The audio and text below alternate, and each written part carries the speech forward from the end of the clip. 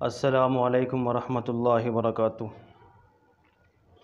ایک روایت بہت زیادہ یہ بیان کی جاتی ہے کہ من عرف نفسہ فقد عرف ربہ، کہ جس نے اپنے آپ کو پہچان لیا تو اس نے اپنے رب کو پہچان لیا۔ بعض علماء کو، بعض واعظین کو، خطباء کو ہم نے بھی کہتے ہوئے سنا کہ وہ اس بات کو، اس روایت کو بڑے زور و شور کے ساتھ بیان کرتے ہیں کہ یہ حدیث رسول ہے اور یہ آپ علیہ الصلاۃ والسلام کا قول ہے۔ بہت لوگ اس روایت کو بیان کرتے ہیں۔ اب اس بات کو سمجھنے کی ضرورت ہے، کیا یہ واقعی حدیث رسول ہے یا یہ حدیث رسول نہیں ہے؟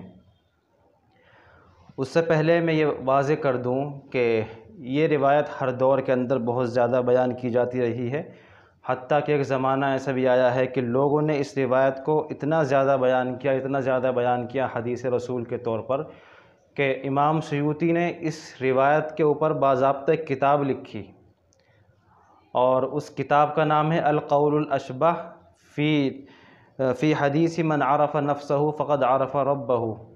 یعنی اس روایت کو لے کر کے علامہ سیوطی نے مستقل ایک رسالہ، ایک کتاب لکھی، اور اس کے اندر انہوں نے اس بات کو ثابت کیا کہ یہ روایت موضوع ہے، من گھڑت ہے۔ بڑی تفصیل کے ساتھ، دلائل کے ساتھ علامہ سیوطی نے اس روایت کے موضوع من گھڑت ہونے کو بیان کیا، اور باضابطہ اس روایت کو بنیاد بنا کر کے انہوں نے ایک مستقل کتاب لکھی۔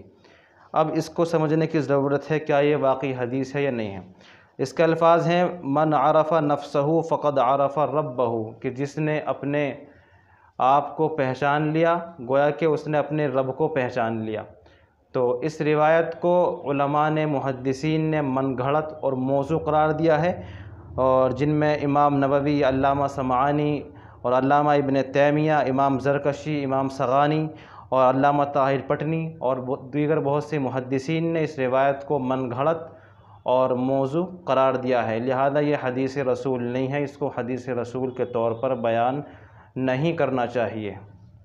اسی طرح ایک روایت اور ہے، وہ بھی بہت زیادہ بیان کی جاتی ہے، وہ یہ ہے کہ انا عند المنکسرۃ قلوبہم من اجلی، کہ اللہ تبارک و تعالیٰ کا ارشاد ہے کہ اللہ تعالیٰ فرماتا ہے کہ میں اس بندے کے پاس ہوتا ہوں جس بندے کا دل میری وجہ سے ٹوٹا ہوا رہتا ہے۔ اس روایت کو بہت زیادہ لوگ بیان کرتے ہیں، اور یہ کہا جاتا ہے کہ یہ حدیث قدسی ہے، یعنی آپ علیہ السلام نے فرمایا کہ اللہ تعالیٰ فرماتا ہے کہ جس بندے کا دل میری وجہ سے ٹوٹا رہتا ہے، میں اس بندے کے نزدیک رہتا ہوں، اس بندے کے پاس رہتا ہوں۔ تو کیا یہ واقعی حدیث رسول ہے یا نہیں ہے، اس کو سمجھنے کی ضرورت ہے۔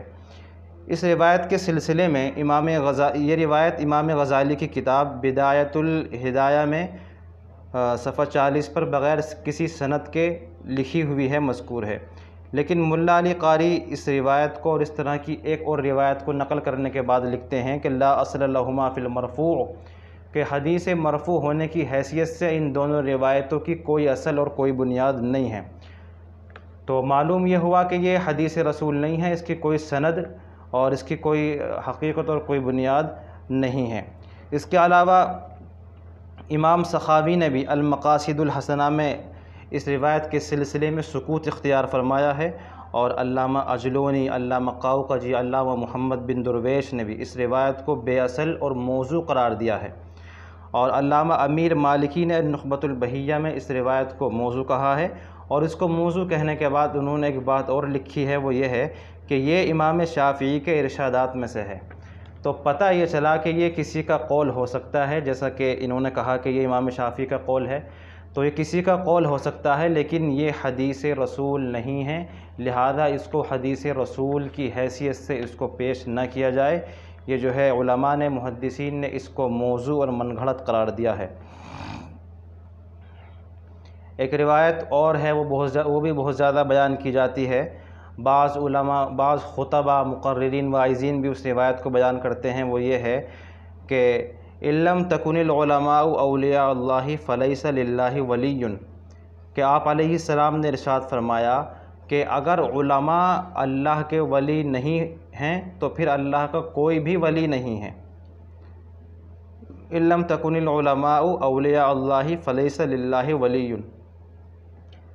اب اسی روایت کو بھی سمجھنے کی ضرورت ہے، کیا یہ حضور کا قول ہے یا نہیں ہے، یہ حدیث رسول ہے یا نہیں ہے، اس کو سمجھنے کی ضرورت ہے۔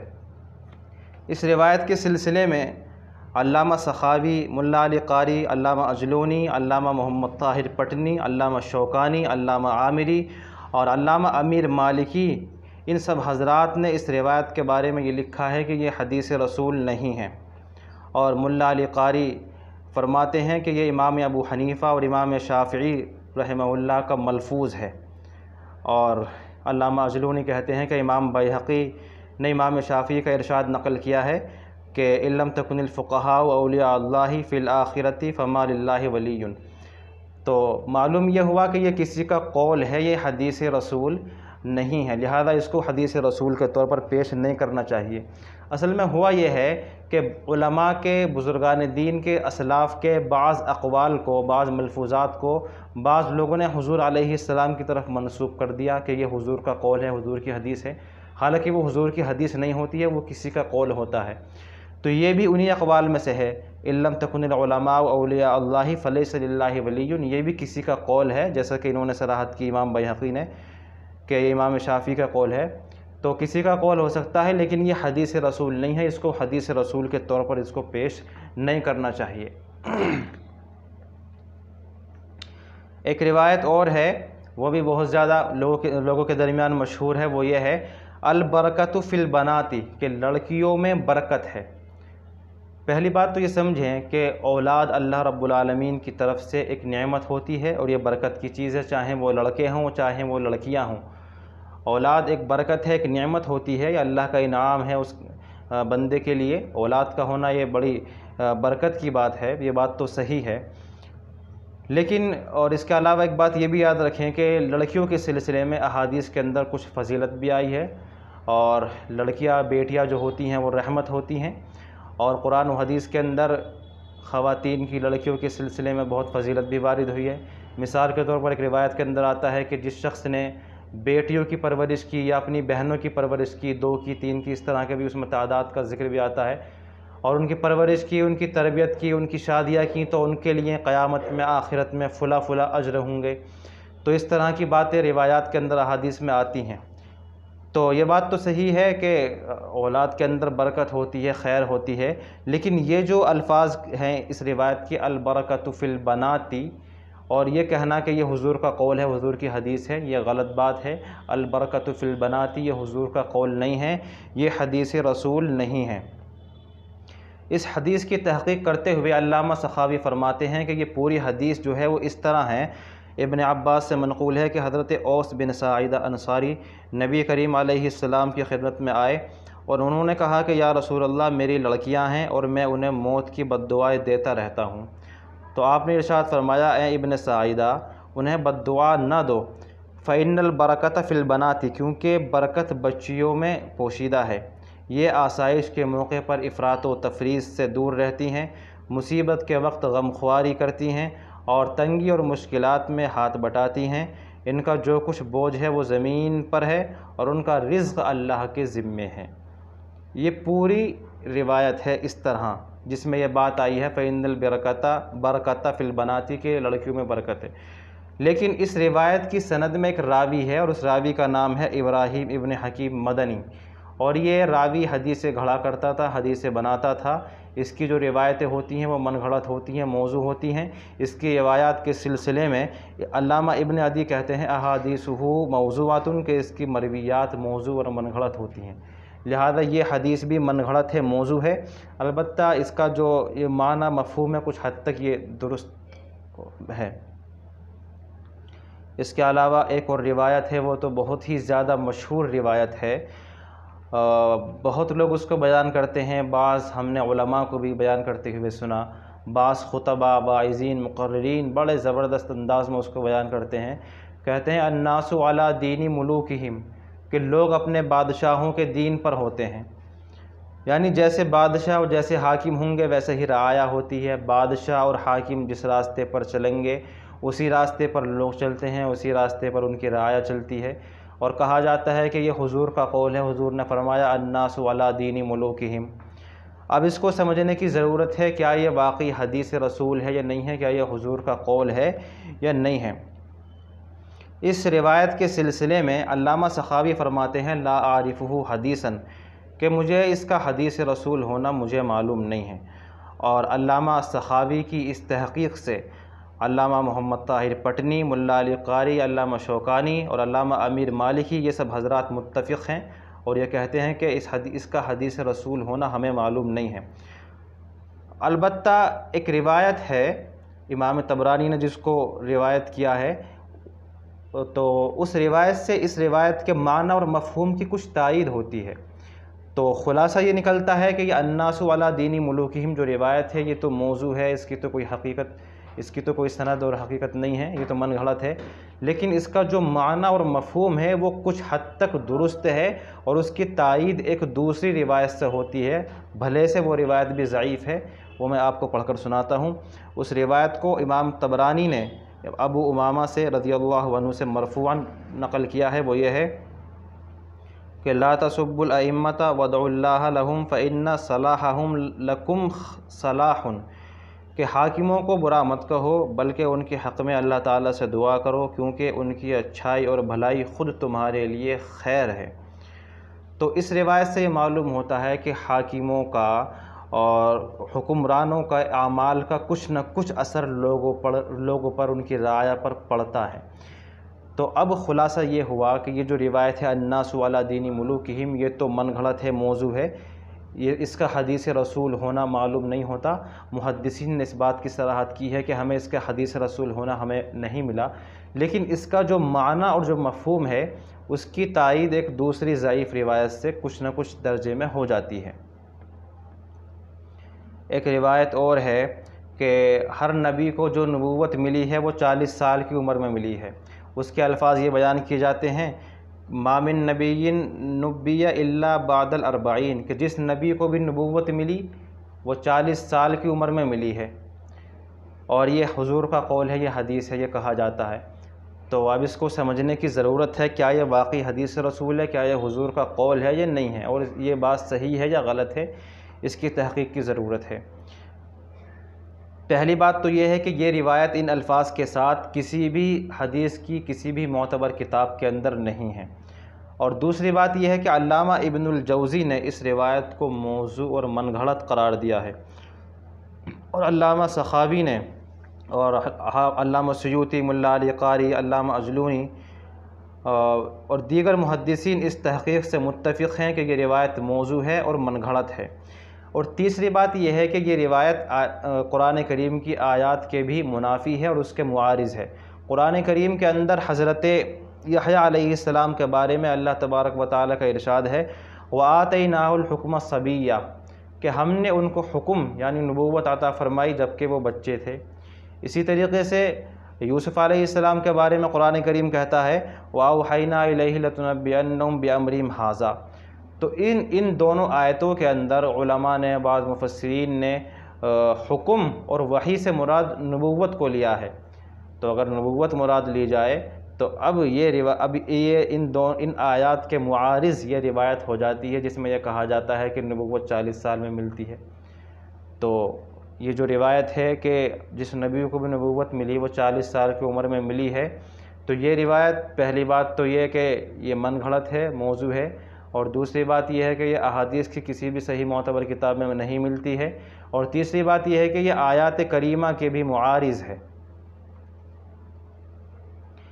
تو خلاصہ یہ ہے کہ یہ حدیث موضوع ہے، من گھڑت ہے، اس کی کوئی حقیقت اور کوئی حیثیت نہیں ہے، اس کو حدیث رسول کے طور پر اس کو بیان نہیں کرنا چاہیے۔ اس کے علاوہ ایک روایت اور ہے، اس کے الفاظ میں آپ کو پڑھ کر کے سناتا ہوں مَنَّارُ فِي الْيَبَسِ بِأَسْرَعَ مِنَ الْغِيبَةِ فِي حَسَنَاتِ الْعَبْدِ۔ اس کا ترجمہ یہ ہے کہ خشک گھاس اور لکڑیوں کو آگ اتنی تیزی اور شدت کے ساتھ نہیں کھاتی جتنا کہ غیبت بندے کی نیکیوں کو جلا کر کے ختم کر دیتی ہے۔ اور کہا جاتا ہے کہ یہ حدیث ہے، یہ حضور کا قول ہے۔ تو کیا یہ حدیث واقعی ہے یا یہ حدیث نہیں ہے، اس کو سمجھنے کی ضرورت ہے۔ اس روایت کو امام غزالی نے احیاء العلوم میں لکھا ہے، اور احیاء العلوم کے اندر یہ روایت مرفوعاً بیان کی گئی ہے، لیکن علامہ عراقی فرماتے ہیں کہ لم اجد لہ اصلاً، مجھے اس روایت کی کوئی سند نہیں ملی ہے، اور علامہ اجلونی، علامہ محمد طاہر پٹنی، ملا علی قاری اور حافظ عراقی رحمہ اللہ بھی اس تحقیق کو نقل کرنے کے بعد لکھتے ہیں کہ یہ روایت بے اصل ہے، موضوع ہے، من گھڑت ہے، لہذا اس کی کوئی حقیقت نہیں ہے، یہ حدیث رسول نہیں ہے، اس کو بیان نہیں کرنا چاہیے۔ اس کے علاوہ ایک روایت اور ہے، وہ بھی بہت زیادہ مشہور روایت ہے، لوگوں کے درمیان مشہور ہے۔ کہتے ہیں المغتاب والمستمع شریکان فی الاسم، کہ غیبت کرنے والا، غیبت سننے والا گناہ کے اندر برابر کے شریک ہیں، اور یہ حضور نے فرمایا ہے اور یہ حضور کا قول ہے، یہ حدیث ہے، یہ لوگوں کے درمیان مشہور ہے، اور بعض خطبہ واعظین اس کو اپنی تقریروں میں، اپنے خطابات کے اندر اس کو بیان کرتے ہیں۔ تو کیا یہ حدیث ہے، یہ نہیں ہے، اس کو سمجھنے کی ضرورت ہے۔ اس حدیث کی جب تحقیق کی جاتی ہے تو معلوم یہ ہوتا ہے کہ یہ حدیث حضور علیہ الصلاۃ والسلام سے ثابت نہیں ہے۔ اس روایت کو تمام محدثین نے موضوع اور من گھڑت قرار دیا ہے۔ یہ بات تو صحیح ہے کہ غیبت کرنا اور غیبت کا سننا گناہ ہے، اور دونوں ناجائز ہیں، جس طرح غیبت کرنا ناجائز ہے، اس طرح غیبت کا سننا بھی ناجائز اور ممنوع ہے، اور قرآن و حدیث کے اندر اس بات کو بہت جگہ بیان کیا گیا ہے کہ غیبت گناہ ہے، اس کا سننا بھی گناہ ہے، اس کا جو ہے اس کا سننا، اس کا غیبت کرنا دونوں گناہ ہیں، اور بہت سی روایات کے اندر بھی یہ بات آئی ہے۔ تو اس روایت کا معنی اور مفہوم تو صحیح ہے، لیکن جو الفاظ ہیں المغتاب والمستمع شریکان فی الاسم، یہ الفاظ حدیث رسول نہیں ہیں۔ تو غیبت کے سلسلے میں دوسری روایات موجود ہیں جن کے بارے میں غیبت کے ممنوع ہونے کو بیان کیا گیا ہے۔ غیبت کرنا، غیبت کا سننا یہ ناجائز ہے، ممنوع ہے، اور اس کی قباحت کو بیان کیا گیا ہے دوسری روایات کے اندر، جیسا کہ امام سیوطی نے بھی ایک روایت نقل کی ہے حضرت انس بن مالک سے، اور اسی طریقے سے امام طبرانی نے ایک روایت حضرت عمر سے نقل کی ہے جس کے اندر غیبت کے ممنوع ہونے کو بیان کیا گیا ہے، غیبت کے کرنے کو، غیبت کے سننے کو ناجائز اور ممنوع کہا گیا ہے۔ لیکن یہ جو الفاظ جو میں نے آپ کے سامنے پڑھ کر سنائے ہیں، المغتاب والمستمع شریکان فی الاسم، یہ الفاظ حدیث رسول نہیں ہیں۔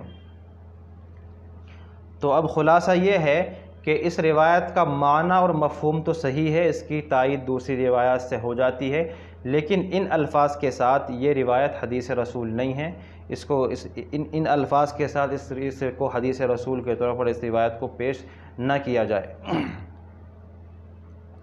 ایک روایت اور ہے، وہ بھی بہت زیادہ بیان کی جاتی ہے، الصبر کنز من کنوز الجنہ، کہ صبر جنت کے خزانوں میں سے ایک خزانہ ہے۔ یہ تو بہت مشہور روایت ہے، بعض لوگ، بعض علماء اور بعض خطبہ واعظین اس کو بیان کرتے ہیں، اور بڑے تحقیقی مدلل انداز میں، بڑے ٹھوس انداز میں اس کو کہتے ہیں کہ الصبر کنز من کنوز الجنہ، کہ صبر جنت کے خزانوں میں سے ایک خزانہ ہے۔ تو کیا یہ حدیث ہے یا نہیں ہے، اس کو بھی سمجھنے کی ضرورت ہے۔ علامہ عراقی فرماتے ہیں کہ غریب لم اجدہ، کہ یہ روایت غریب ہے، مجھے یہ روایت کہیں نہیں ملی۔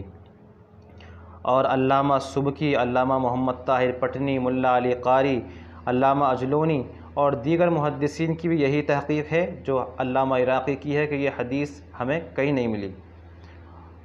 اور علامہ مناوی نے اس روایت کو حضرت حسن بصری کا ملفوظ بتایا ہے، اور یہ کہا ہے کہ یہ حضرت حسن بصری کا قول ہے۔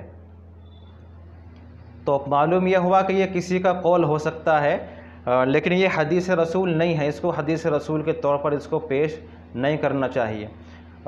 اصل میں ہوا یہ ہے کہ بعض اقوال کو، بزرگوں کے بعض ملفوظات کو بعض لوگوں نے حضور علیہ السلام کی طرف منسوب کر دیا، اور یہ کہہ دیا کہ یہ حدیث ہیں، حالانکہ وہ حدیث نہیں ہوتے ہیں، وہ کسی کا قول ہوتا ہے۔ تو یہ جو لفظ ہے الصبر کنز من کنوز الجنہ، یہ بھی کسی کا قول ہے، کسی کا ملفوظ ہے، جیسا کہ مناوی نے کہا ہے کہ حسن بصری کا ملفوظ ہے، تو یہ لیکن یہ حدیث رسول نہیں ہے، اس کو حدیث رسول کے طور پر اس کو پیش نہ کیا جائے۔ ایک روایت اور ہے، وہ بھی بہت زیادہ مشہور ہے، کہ السفر یسفر عن اخلاق الرجال، کہ سفر میں مردوں کی اخلاق کی حقیقت کا پتہ چلتا ہے، کہ سفر میں جب آدمی جاتا ہے تو معلوم ہوتا ہے کہ اس کے اخلاق کیسے ہیں، اندازہ ہو جاتا ہے، اور یہ حضور کا قول ہے، حضور نے فرمایا ہے، یہ لوگ بیان کرتے ہیں۔ تو کیا یہ واقعی حضور کا قول ہے، کیا یہ حدیث ہے یا نہیں ہے، اس کی تحقیق کی ضرورت ہے۔ دیکھیے یہ بہت مشہور روایت ہے، لیکن ملا علی قاری، علامہ اجلونی اور دیگر محدثین فرماتے ہیں کہ لیس بحدیث، یہ حدیث نہیں ہے۔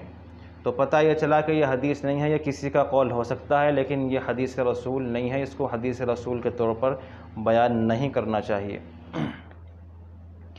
ایک روایت اور ہے البخیل عدو للہ ولو کان عابدا، کہ کنجوس آدمی، بخیل آدمی اللہ کا دشمن ہے اگرچہ وہ کتنا ہی بڑا عبادت گزار کیوں نہ ہو۔ اور بعض روایات میں عابدن کی جگہ راہبن کا لفظ آیا ہے کہ اگرچہ وہ کتنا بڑا عبادت گزار اور گوشہ نشینی اختیار کرنے والا کیوں نہ ہو، لیکن اگر وہ بخیل ہے تو وہ اللہ کا دشمن ہوتا ہے۔ تو کیا یہ حدیث ہے یا نہیں ہے، اس کو سمجھنے کی ضرورت ہے۔ دیکھیے، جب اس کی تحقیق کی جاتی ہے تو پتہ چلتا ہے کہ یہ روایت بھی موضوع ہے، من گھڑت ہے، یہ حضور علیہ السلام سے ثابت نہیں ہے۔ چنانچہ ملا علی قاری، علامہ سخاوی، علامہ اجلونی، علامہ قاؤقجی، علامہ عامری، یہ حضرات لکھتے ہیں کہ لا اصل لہو، کہ اس حدیث کی کوئی اصل اور کوئی سند نہیں ہے۔ البتہ اس روایت کا معنی اور مفہوم کچھ حد تک درست معلوم ہوتا ہے اور اس کی تائید ایک دوسری روایات سے ہو جاتی ہے۔ وہ حضرت عائشہ کی روایت ہے، فرماتی ہیں السخی الجہول احب الی اللہ من العابد البخیل، کہ سخاوت کرنے والا بندہ چاہے عبادت گزار نہ ہو مگر وہ اللہ کی نظر میں ایسے عبادت گزار سے زیادہ محبوب ہے جو بخیل اور کنجوس ہو۔ یہ روایت بھی اگرچہ ضعیف ہے، اس روایت کے جتنے بھی طریق ہیں یہ سب ضعیف ضعیف درجے ہیں، تو یہ روایت بھی اگرچہ ضعیف ہے لیکن جو پہلی والی روایت ہے البخیل عدو للہ ولو کان عابدا، اس کے معنی، اس کے مفہوم کی تائید اس روایت سے ہو جاتی ہے۔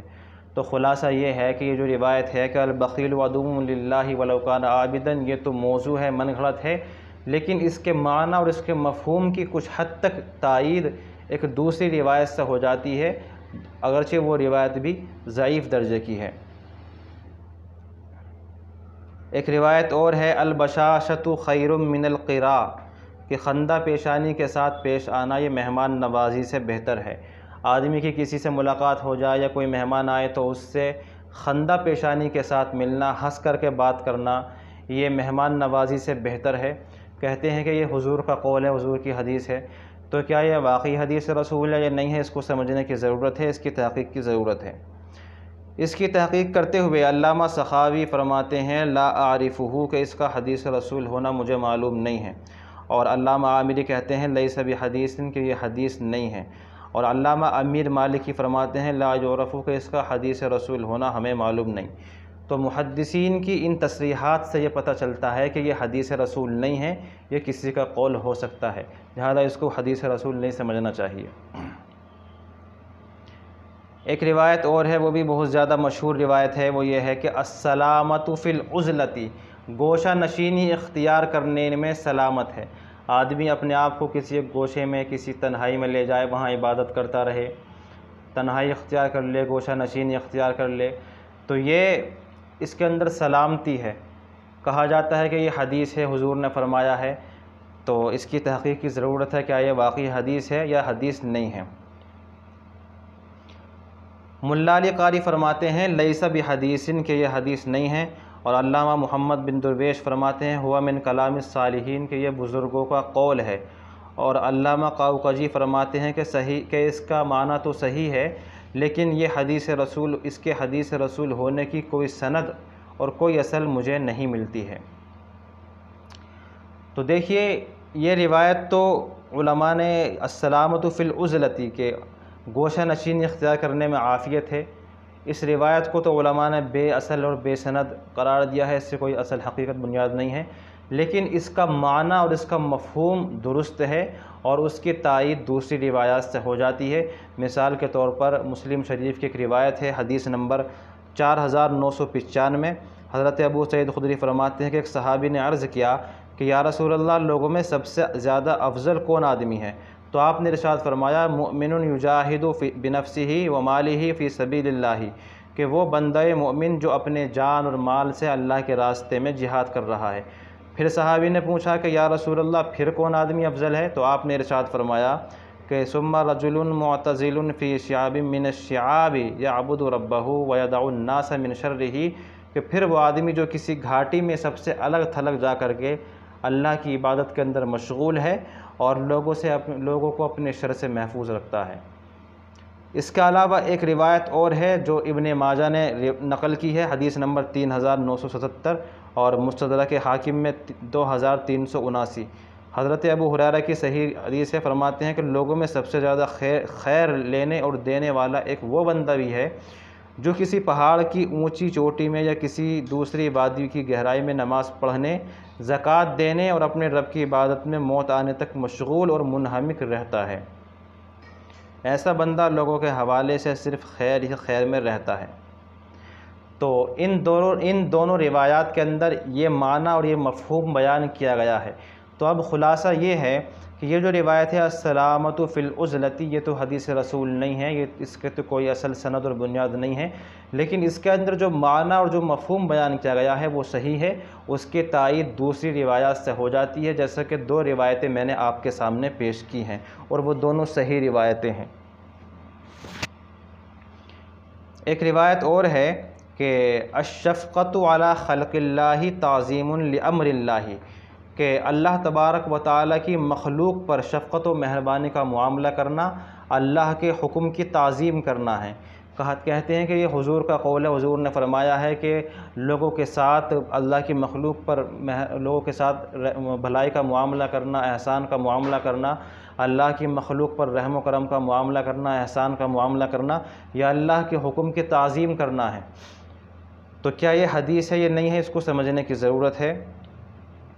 علامہ سخاوی فرماتے ہیں کہ اس حدیث کا معنی تو صحیح ہے اور متعدد احادیث سے اس کی تائید ہو جاتی ہے، لیکن ان الفاظ کے ساتھ یہ حدیث رسول مجھے نہیں ملی ہے۔ اور ملا علی قاری علامہ سخاوی کی اس تحقیق کو نقل کرنے کے بعد موضوعات کبیر میں لکھتے ہیں کہ در حقیقت یہ مشائخ کے اس ملفوظ سے ماخوذ ہے کہ دین کے معاملے کا دار و مدار 2 باتوں پر ہے، ایک تو اللہ تعالیٰ کے حکم کی تعظیم کرنا اور دوسرے مخلوق الہی پر شفقت کرنا، کہ اس کا مفہوم یہاں سے لیا گیا ہے۔ لیکن محدثین اکرام نے اس روایت کو موضوع اور بے اصل بے بنیاد قرار دیا ہے۔ علامہ سخاوی کی تحقیق سے سارے محدثین متفق ہیں کہ یہ روایت موضوع ہے، من گھڑت ہے اور یہ بے سند ہے۔ البتہ اس روایت کا جو معنی اور جو مفہوم ہے وہ ایک حد تک درست ہے، اس کی تائید ایک دوسری روایت سے ہو جاتی ہے۔ وہ روایت یہ ہے کہ الخلق عیال اللہ فاحب الخلق الی اللہ من احسن الی عیالہ، کہ مخلوق اللہ تعالیٰ کا گویا ایک گھرانہ ہے، اور مخلوق میں سب سے زیادہ پسندیدہ اللہ کے نزدیک وہ ہے جو اس کی مخلوق کے ساتھ احسان کا معاملہ کرے، بھلائی کا معاملہ کرے۔ یہ روایت صحیح ہے۔ تو خلاصہ اب یہ ہوا کہ الشفقۃ علی خلق اللہ تعظیم لامر اللہ، یہ روایت ان الفاظ کے ساتھ موضوع ہے، من گھڑت ہے، بے بنیاد ہے، لیکن اس کا جو معنی اور مفہوم ہے وہ درست ہے، اور اس کی تائید ایک دوسری روایت سے ہو جاتی ہے، جیسا کہ وہ روایت میں نے ابھی آپ کے سامنے پیش کی ہے۔ ایک روایت اور ہے الحمدللہ رداء الرحمن، کہ الحمدللہ رحمان کی چادر ہے۔ لوگ کہتے ہیں کہ حضور نے فرمایا کہ الحمدللہ رحمان کی چادر ہے، یہ حدیث ہے، بڑے زور و شور کے ساتھ بیان کرتے ہیں۔ تو کیا یہ واقعی حدیث ہے؟ یہ نہیں ہے، اس کو سمجھنے کی ضرورت ہے۔